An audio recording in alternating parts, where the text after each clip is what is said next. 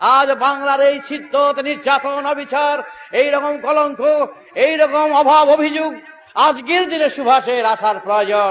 তবু কেন সুভাষ গায়ে এড়িয়ে এরকম ভাবে তিনি আড়াল দিয়ে রয়েছেন? কোন স্বার্থে?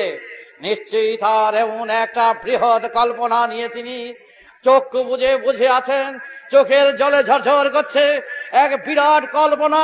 এই কল্পনাকে বাস্তব রূপ দেওয়ার জন্য তিনি আপ্রাণ চেষ্টা করছেন। সেই পদ্মা নদীর কীর্তিনাশা নদীর মতন এশিয়া ব্লক এক হয়ে যাবে, চায়না, রাশিয়ার, ইন্ডিয়া এক ফ্ল্যাগ করবে। এটাই আমি বুঝে এসেছি, আমার ধারণা। সুতরাং আমি চাই, যেই সুভাষ ভারতবর্ষকে স্বাধীনতা এনে দিয়েছে, সেই সুভাষের দরজা আজ বন্ধ, কিন্তু সুভাষ কারো ভয় করে